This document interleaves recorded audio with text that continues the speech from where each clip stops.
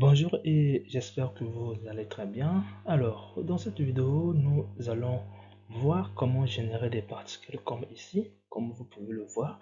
Et donc, ce n'est que le début de notre série de vidéos. Je ne vais pas perdre le temps et nous allons aller droit au but. Donc, pour ce faire, nous allons créer un nouveau projet. Une fois que nous sommes ici, nous allons simplement passer en géométrie node et nous allons cliquer ici et ça, nous allons laisser ça pour notre objet. Nous allons créer un autre nouveau géométrie node et nous allons cliquer sur New.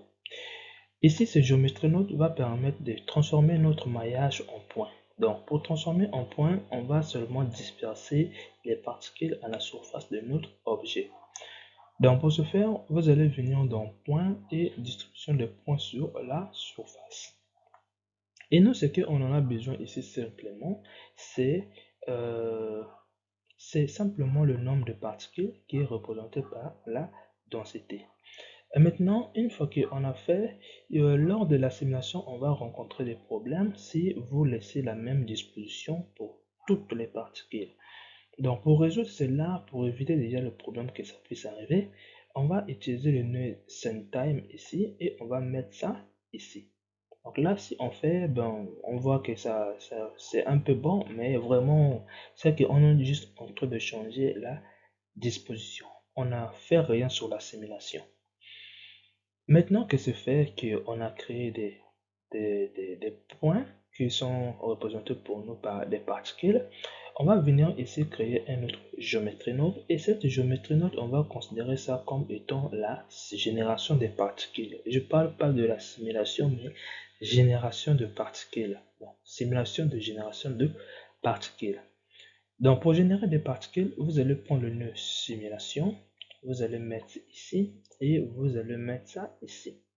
Et donc, si par exemple, je lance l'animation, vous ne voyez rien. C'est parce que, en fait, ça n'a capturé que le calcul de la première image ici. Le reste, ça n'a pas calculé.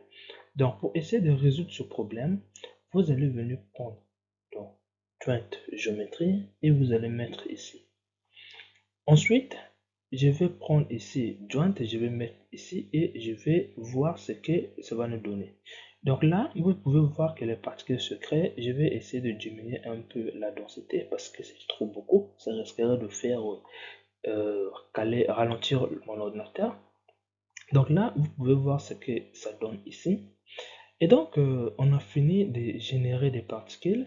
Ben, pour vous, de votre côté, vous pouvez faire juste un test de mettre, par exemple, ce nœud-là et de mettre un ici. Et là, vous allez voir que les particules vont se déplacer. Et donc, dans cette vidéo, on s'arrête au niveau de la génération des particules. Dans la prochaine vidéo, on va voir comment vous pouvez générer le particule à partir d'un certain temps. Donc, nous allons faire ça juste dans la prochaine vidéo. Et donc, je vous conseille de garder votre projet parce que nous allons utiliser ça à la prochaine vidéo.